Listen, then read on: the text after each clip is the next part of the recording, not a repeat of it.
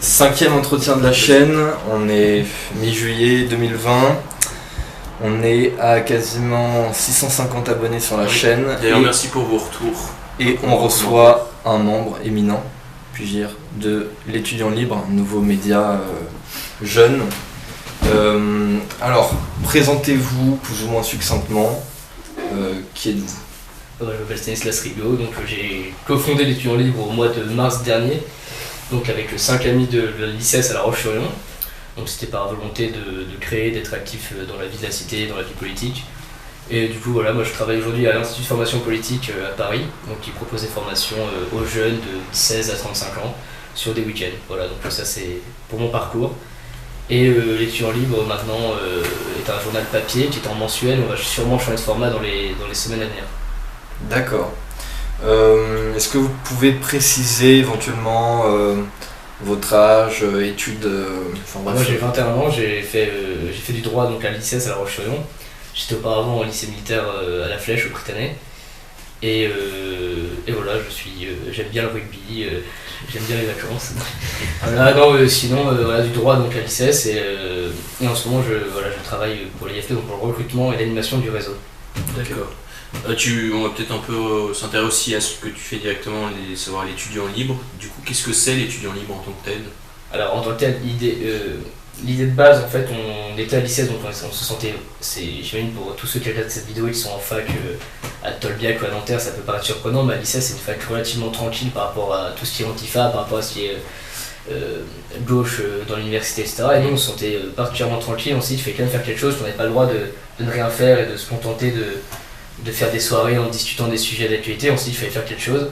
Et en fait, c'est deux groupes d'amis qui se sont retrouvés un jour en soirée en disant qu'il fallait faire quelque chose. Et on s'est dit pourquoi pas faire un mensuel papier. On était vachement attachés à l'idée de papier parce que c'était quelque chose de beaucoup plus prenant pour le lecteur. C'est-à-dire que c'est pas juste un écran qu'on regarde pendant 5-6 minutes aux toilettes, etc. Mais c'était quelque chose qui était beaucoup plus prenant. Et donc on a lancé le projet. Et en fait, ça s'est fait totalement à l'envers. On a fait les choses à l'envers à l'époque. C'est-à-dire qu'on s'est lancé dedans sans avoir prévu comme on dit, un business plan, etc. On s'est vraiment lancé en disant on va y aller. On a eu beaucoup de chance, on avait pu avoir deux grandes interviews avec le Philippe de Villiers et Marion Maréchal dès le premier interview, donc ce qui nous a permis de nous lancer. Et s'en est suivi, pareil, toujours un peu de chance. Et puis après l'aide de certains d'avoir des interviews intéressantes. Et on avait développé un format qui était un grand interview, donc avec une personnalité ou deux. Un grand dossier sur un sujet précis, donc par exemple les européennes, on a eu la France rurale, enfin la France périphérique, etc. Et après des tribunes libres qui peuvent être écrites par les jeunes qui nous envoient des articles ou par les membres de la rédaction. Et donc voilà, c'était en 3 parties, plus la partie culture.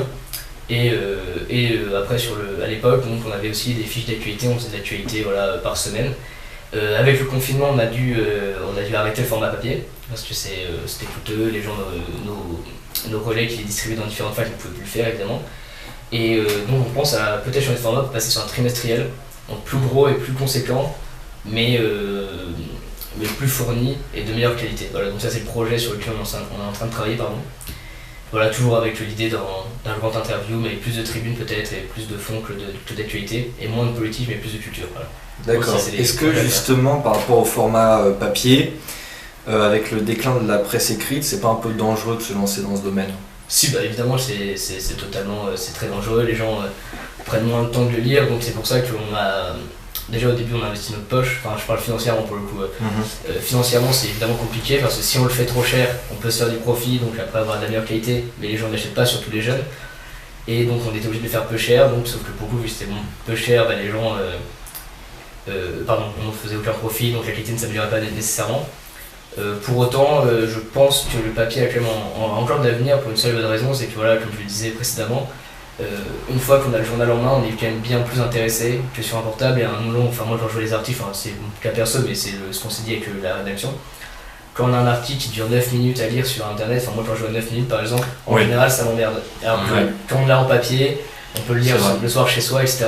Et surtout, ça permet quand on fait des tribunes, quand on essaie de faire des tribunes qui sont plus de fond que d'actualité, ça permet de lire à tout moment en fait, c'est-à-dire qu'on peut le relire cet été, il y a des articles de lecture libre qui ont été faits il y a 6 mois en fait, on peut les relire encore cet été, ou un sujet comme le libéralisme, ou un sujet comme la PMA, etc. Ça peut se lire à tout moment et on n'est pas obligé d'être sur son portable, de le retrouver, on a tout sur un magazine. Ouais. Moi, j'ai revenir à une petite question par rapport à l'étudiant libre. Pourquoi ce nom en fait? Alors, pour être très honnête, on a cherché pas mal de temps un nom qui convienne en fait. Donc on avait eu l'idée de faire l'étudiant français en référence à un journal qui était à l'époque un quotidien, je crois, de l'action française, mais chez les jeunes, ou un mensuel, je sais plus. Donc on avait pensé à l'étudiant français, mais on s'est dit justement que ça avait déjà été utilisé. Et on voulait mettre l'étudiant libre parce qu'en fait, finalement, c'est vraiment très simple et très basique, mais on est étudiants, on était tous étudiants à l'époque. Et on voulait absolument être libre, c'est-à-dire de tout parti politique. Et en fait, surtout au-delà en fait, de l'indépendance, on voulait être libre de parler à qui on veut, quand on veut, sans se mettre de pression en se disant ah non, ces gens-là ils sont infréquentables, eux on a dit que c'était des méchants, donc on peut pas leur parler. Et inversement, si avec le temps on avait la chance d'interviewer de faire des entretiens avec des gens de gauche, voire d'extrême gauche, dans l'idée ça ne nous dérangerait absolument pas, on veut vraiment pas se mettre de barrière par rapport à ça. Donc il y a la liberté vis-à-vis d'indépendance, on est attaché à personne, et la liberté de parler à qui on veut, quand on veut. Voilà, donc, ok. D'accord. Comment ça s'est créé concrètement? C'est entre tout le processus d'élaboration en fait, entre le moment où vous vous êtes mis d'accord, vous vous êtes dit effectivement on va lancer un mensuel, et le moment où le mensuel s'est vraiment lancé. Alors, l'idée elle vient de mi-décembre environ. Donc là pareil, partiel, examen, vacances de Noël. Et c'est mi-janvier où on a vraiment commencé à bosser dessus. Donc Paul Guéry, pour le citer, s'est mis à travailler sur la maquette, donc réaliser une maquette papier. On a commencé justement à écrire les premiers papiers, à essayer d'obtenir les premières interviews. Et donc là il y a un travail qui a duré 1 mois et demi, pareil toujours il y a un peu de partiel, donc c'était un peu un travail qui n'était pas forcément au jour le jour, hein. Il y avait des espaces parfois de plusieurs jours entre différentes tâches. Mais non c'est ça, il y a eu 1 mois et demi on va dire de travail sur le numéro avant de sortir le premier, donc le 4 mars dernier il me semble, au début mars. Voilà, il y a eu 1 mois, le temps de créer la maquette, ce qu'on voulait faire, choisir une, etc. Donc il y a eu 1 mois et demi de travail, et aussi de se mettre d'accord sur la ligne qu'on voulait avoir, que chacun puisse donner son avis sur les tribunes des uns et des autres, etc. Surtout que c'était le premier, et c'est tout bête, mais on se mettait une pression on va dire de dingue pour faire une interview, on se faisait des nœuds au cerveau pour des mots en changeant un truc, alors qu'en réalité pour les interviews c'était beaucoup plus simple que ça. Donc voilà. Je sais que vous avez passé 10 heures à le faire, c'est pour ça que je dis ça. Ouais, plus que ça. Du coup, on sait que vous êtes un média plutôt orienté à droite, mais qu'est-ce qui vous différencie des autres médias? La grande différence, c'est que c'est fait par des jeunes pour des jeunes. Donc à droite, à ma connaissance en tout cas, il n'y a pas de médias, ou très très peu de médias qui sont faits par des jeunes pour des jeunes et qui sont justement orientés plutôt à droite. Donc ce qui fait que c'est la principale différence à mon avis. L'autre différence était le papier, qui du coup était un site plus un papier, ce que peu de médias, jeunes en tout cas, ont. Donc voilà, à part ça évidemment, il y a l'Incorrect de l'heure actuelle qui sont aussi à droite, mais c'est fait par des personnes, je vais pas dire des adultes, mais par des professionnels on va dire. Et nous alors c'est totalement amateur initialement. Donc voilà, et on s'adresse vraiment aux jeunes plutôt qu'à on cherche pas à convaincre ou à intéresser une personne âgée, même si évidemment elle peut le lire, bien sûr. D'accord. Mais c'est des sujets, quand on parle, on incite les jeunes de notre âge à s'engager. On s'adresse évidemment plus à eux qu'à Gertrude ou à Michel, voilà. Donc, Et pourquoi se lancer de manière autonome dans la presse écrite si jeune, je dirais, si inexpérimenté? Parce que justement, ceux qui ont envie de faire des papiers comme ça, s'ils sont jeunes, à la limite, ils vont dans des médias qui existent déjà, dans lesquels ils peuvent être un petit peu encadrés. Est-ce que ça peut pas être quelque part un peu préjudiciable éventuellement de faire ça si jeune? Alors évidemment préjudiciable, oui, évidemment on peut se cramer entre guillemets pour parler un peu vulgairement aux yeux quand on fait un journal comme ça orienté à droite, forcément si on a envie d'écrire dans le Libé ou dans le Monde dans les années à venir c'est un peu compliqué. Pour autant, non je pense pas que c'est préjudiciable parce que au contraire je pense que c'est un super entraînement en fait. Parce que les gens, déjà certains écrivent sous pseudo donc ils ne se grillent absolument pas. Et surtout c'est un excellent entraînement en fait d'apprendre à réaliser une maquette, d'écrire des articles parce que je pense que tout le monde, beaucoup de jeunes en tout cas ont des avis sur des tas de sujets, des tas de réflexions, mais il y a une différence entre les avoir et arriver à la formuler sur un article de 3000 signes, etc. Donc je pense que c'est au contraire un très très bon entraînement. Ça peut être préjudiciable évidemment pour une vie dans le civil, dans le monde de l'entreprise, etc. Si on est cramé, si on se fait cataloguer. En revanche, au niveau de l'expérience, je pense que c'est assez important parce que les portes d'un média ne sont pas ouvertes immédiatement. C'est-à-dire que Demain, moi j'envoie un papier au Figaro, le Figaro le lira même pas et ça sera un mail parmi des milliers. Ouais. Et voilà, il sera pas lu. Alors qu'au contraire, on se forge, je pense, une expérience et à mon avis, c'est un très bon exercice pour après. T'es un peu autodidacte toi aussi.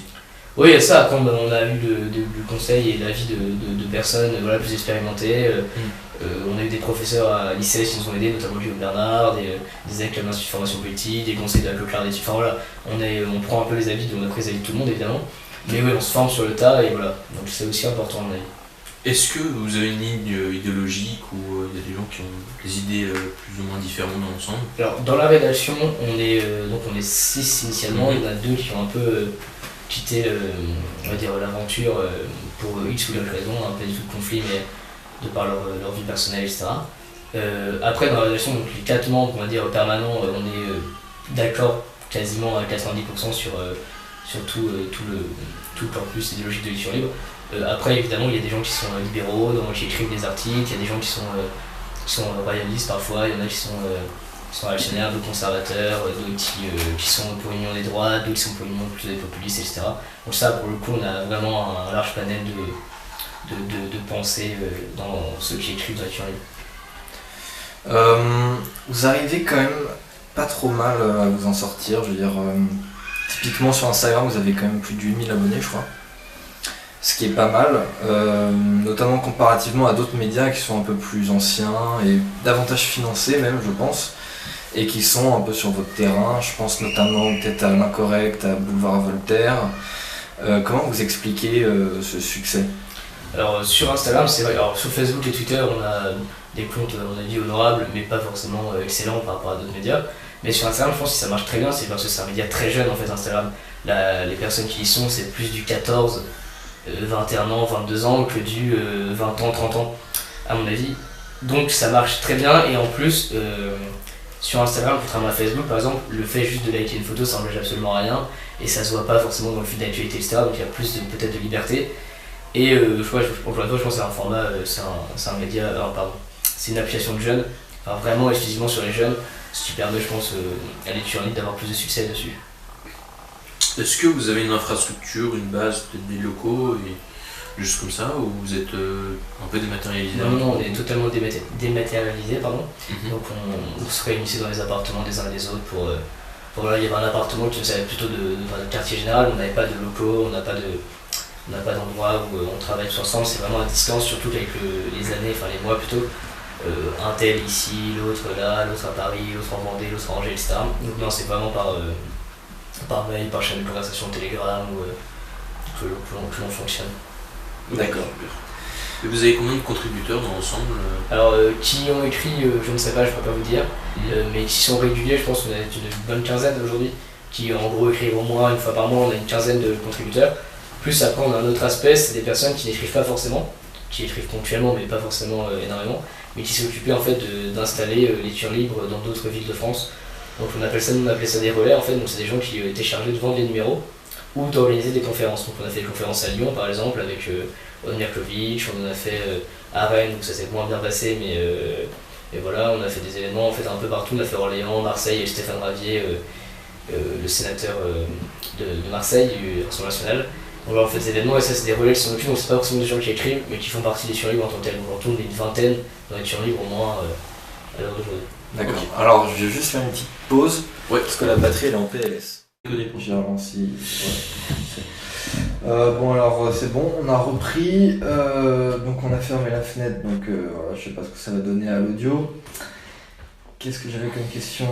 Oui, y a-t-il une diversité au sein de vos contributeurs en termes de compétences? Est-ce qu'il y en a qui sont, je sais pas, plus spécialisés dans certains domaines que d'autres? Si, clairement, donc, comme je l'ai exprimé à l'instant avant la coupure, on a des gens qui s'occupaient donc plus de l'aspect organisation, conférences, événements, etc. On en a qui sont plus axés sur les réseaux sociaux, donc qui sont la veille des réseaux sociaux, qui publient sur Instagram, sur Twitter, sur Facebook. Il y en a qui sont exclusivement sur le fond ou alors sur les articles, c'est-à-dire qu'ils publient un article par mois, mais qui est un article qui se fournit et vraiment de fond. Tout comme on a aussi des personnes qui s'occupent de faire des brèves, donc c'est des brèves d'actualité, donc on essaye d'être assez réactif par rapport à ça. Et donc là, c'est des personnes qui s'occupent juste de faire une brève par rapport à une dépêche de l'AFP, donc qui essayent de l'analyser un petit peu, mais c'est pas des articles de 3 pages quoi. Alors que certains justement sont vraiment axés là-dessus et je trouve ça important d'avoir justement plusieurs rôles répartis et bien définis, ce qui permet du coup aux gens qui sont juste sur le fond de ne pas être dérangés pendant la... Enfin dérangés, ils sont pas non plus, c'est pas des ministres non plus, mais de ne pas être voilà, distraits par d'autres choses, ils sont vraiment sur l'article. Voilà, il y a peu on a reçu un article sur la Turquie, enfin sur Sainte-Sophie. Bon, c'était pas dans l'instant T, mais c'est un type qui a mis plus de jours à le faire. Mais du coup, c'est un article beaucoup plus fourni que la brève, l'actualité qui avait été faite au moment où il a que l'affaire. Voilà, on distingue bien ces deux choses-là pour nos lecteurs et pour la qualité du contenu. Parmi vos contributeurs, c'est quoi un peu la moyenne d'âge et aussi quoi les études qui prédominent? Alors majoritairement, les études, c'est droit, sciences politiques, histoire, grosso modo. On a quelques étudiants d'école de commerce qui participent à l'étudiant libre, mais ça reste une minorité. Donc le droit, sciences politiques, histoire. Et après, au niveau de l'âge, c'est entre 19 ans et les plus vieux ont 22 ans, 23 ans. Grosso modo. Donc c'est la moyenne d'âge, c'est 21 ans, 21 ans et demi, pas plus. Ok. Alors, question un peu plus personnelle. Quel est votre parcours idéologique ? Alors, je n'ai jamais été militant jeune, enfin au lycée, je n'ai jamais été militant nulle part pour le coup. C'est-à-dire que j'ai toujours suivi avec beaucoup d'intérêt la vie politique, mais justement quand j'étais au Prytanée en fait, au lycée, c'est un internat, donc en fait on sort pas, on est entre amis, donc en fait on s'intéressait à la politique, mais comme d'autres lycéens pouvaient le faire. Et en fait en arrivant à l'ICES, très rapidement on s'est engagé avec l'étudiant libre, donc je n'ai pas été militant ailleurs qu'à l'étudiant libre. D'accord. On a reçu beaucoup de personnes qui étaient militantistes aussi à visage découvert. Némésis, Cocarde. Comment vivez-vous votre militantisme peut-être que c'est à visage découvert justement? C'est vrai que c'était une question que l'on s'est posée en fait, surtout avec un journal, en fait c'est totalement légitime de prendre un pseudo pour écrire. Enfin, c'est monnaie courante dans les journaux, papier, etc. Donc faire des interviews aussi. Des gens très courageux qui se montrent. Et voilà. Non, voilà, donc en fait on s'est posé la question pendant un temps de est-ce qu'on fait ça à visage couvert, avec un pseudonyme, etc. Et en fait on s'est dit que notamment le premier numéro qu'on faisait c'était l'engagement de la jeunesse dans la vie de la cité. Et on s'est dit que c'était quand même un peu contradictoire de dire aux gens allez engagez-vous, donnez-vous à fond. Et nous d'ailleurs pendant ce temps-là on était un peu planqués, même si je dis pas que ceux qui ont un pseudo sont planqués. Mais ça peut donner parfois cette image-là. Et justement, je pense que la droite, quand j'emploie le mot droite, c'est quand même au sens très large du terme. Les gens du camp national, pour être plus simple, sont quand même beaucoup plus décomplexés qu'avant. Et aujourd'hui, on a quand même moins peur, je pense, d'assumer certaines convictions. Et donc pour nous, ça peut être un problème. Moi, je le vis plutôt bien. Ça me dérange absolument pas d'être à visage découvert. Je n'ai jamais de problème, personnellement, pour le moment. Mais voilà, même si c'est vrai que ça peut... vous aviez Némésis la semaine dernière ou des étudiants avec le card, c'est vrai que parfois ça peut être compliqué. Mais ces personnages, je pense, justement, donnent envie à d'autres de s'engager, de se dire qu'on ne peut pas laisser des gens qui pensent comme ça, comme nous, tout seuls sur le terrain. On ne peut pas les laisser tout seuls dans la guerre des idées ou sur la guerre sur le terrain dans les facs ou pour le féminisme, pour un vrai féminisme. Et non, je pense que c'est important, je pense, être visage découvert pour que les gens puissent aussi s'identifier, voir que c'est lui, c'est un tel, etc. Donc je pense que ça, c'est important. Ok. Comment avez-vous fait pour avoir des personnalités assez reconnues? Dans vos premiers numéros, vous aviez eu Marion Maréchal et Philippe de Villiers. Comment vous avez fait pour avoir ça? Alors Marion Maréchal, pour le premier numéro, pour le premier numéro en tout cas, Marion Maréchal c'est vraiment je ne sais même plus qui avait trouvé son adresse mail, quelqu'un avait donné à un ami, c'était une histoire de mail. On a envoyé pas de réponse, pas de réponse. Et Arthur Perrier, toujours pour pas le citer, a envoyé un troisième mail et un matin il a reçu une réponse, oui aucun souci, envoyez-moi vos questions en fait, donc très sympa de la part de Marion Maréchal. Et pour Philippe de Villiers, c'est le côté un peu vendé qui a primé, je pense, le côté vendéen qui a permis à Philippe de Villiers d'accepter. Et par la suite avec cette petite crédibilité en fait due au fait qu'on ait eu deux personnalités quand même assez reconnues, que ce soit Philippe de Villiers ou Marion Maréchal, les gens étaient plus enclins à accepter en se disant que c'était des gens un peu crédibles en fait, alors qu'en réalité c'était plus un coup de chance que de la crédibilité, pour être très honnête. Mais voilà, après on a eu Jean-Frédéric Poisson qui avait aussi très facilement accepté, et Jean Lassalle, donc deux personnes qui avaient été contents de nous recevoir en se disant que c'était un média jeune sympa. Et alors, parenthèse aussi, je viens de me souvenir, Vous étiez pas sponsor de la Convention de la droite aussi? On n'était pas sponsor de la Convention de la droite, en fait il y avait des partenaires Ouais, à la c'est Convention ça. de la droite, donc des assos, il y avait SOS Christian d'Orient, il y avait Polémia de Jean-Yves Le Gallou, etc. Donc il y avait plusieurs assos, médias, qui étaient partenaires en fait de la Convention de la droite, voilà. Donc nous on était partenaires, on nous a proposé très gentiment de venir assister à la convention, parce qu'on a accepté d'y participer, et c'était très sympa de leur part de nous demander, sachant que par rapport à d'autres assos, vis-à-vis d'Incorrect ou de d'autres associations comme SOS Christian d'Orient, on est quand même bien en dessous, tant médiatiquement que financièrement par exemple. Ouais. En tout cas, félicitations, ce sont très prometteurs. Il y a peu, nous on avait discuté de la notion de libéralisme avec la cocarde qui avait exprimé une certaine hostilité. Voilà. Ouais. Comment ça serait pour vous, comment aborder pour la notion de libéralisme? Alors, je sais plus si c'est en décembre ou janvier, on a fait un numéro spécial justement sur la question du libéralisme à droite. Justement, est-ce qu'on pouvait être libéral conservateur, est-ce qu'on pouvait être de droite et libéral, etc. Dans le numéro, même si je vous invite à vous le procurer, la réponse est plutôt négative. Voilà, donc, après, nous, on a cette idée, avec évidemment, on avait le pendant, on essayait d'avoir quand même un truc équilibré, d'autant que à notre âge, il fallait me faire preuve, je pense, d'une certaine humilité, dans le sens où à 20 ans et 21 ans, de vouloir donner des leçons, on va dire, doctrinales sur. Alors, je vous explique, en fait, le libéralisme. Ouais, c'est une notion aussi vieille, aussi large. Ouais, c'est vrai que c'est un débat extrêmement complexe. Moi, c'est vrai que dès qu'on rencontre quelqu'un, il va nous expliquer qu'il est libéral conservateur, mais il va le défendre jusqu'au bout, et en fait, ça peut paraître cohérent, puis on va tomber sur un anti-libéral qui sera très convaincant aussi. Donc voilà, nous on avait répondu plutôt par la négative avec la rédaction sur ces questions-là. Donc on est plutôt, on va dire qu'on est plutôt illibéraux dans l'ensemble, de la rédaction en tout cas. Et voilà, on n'est pas trop. Moi, à titre personnel, pour le coup, j'ai du mal à voir l'alliance des libéraux et des conservateurs. Je vois pas, d'espace politique, et de deux, en termes de cohérence, je pense qu'il y a un léger souci. Mais voilà, sans vouloir donner de leçons à quiconque, évidemment. Et le libéralisme plutôt sur le modèle Orban, on va dire? C'est un modèle qui est beaucoup, en Hongrie, c'est vrai que ça paraît très bien fonctionner. Donc c'est vrai que c'est un modèle qui a l'air assez inspirant pour le coup. Ce qui est assez paradoxal, puisque effectivement on reconnaît chez eux la notion d'illibéralisme, mais à la fois, c'est vrai, le parti s'appelle le Parti National Libéral. Mais c'est vrai que c'est extrêmement surprenant, c'est extrêmement surprenant, et de deux, surtout quand on suit ça en France, sans être en plus habitant, sans être hongrois, c'est vrai que ça peut être assez déroutant. Mais je pense que son modèle, en tout cas, il a un modèle beaucoup sur les questions familiales, sur les questions migratoires, qui me semble pas spécialement libéral en tout cas. D'accord. Quel est le futur un peu de l'étudiant libre? Alors, comme je le disais tout à l'heure au cours de l'interview, on va essayer de passer en format trimestriel, donc une revue qui sera plus fournie, plus approfondie, et avec toujours beaucoup d'informations sur le site, beaucoup de brèves en fait.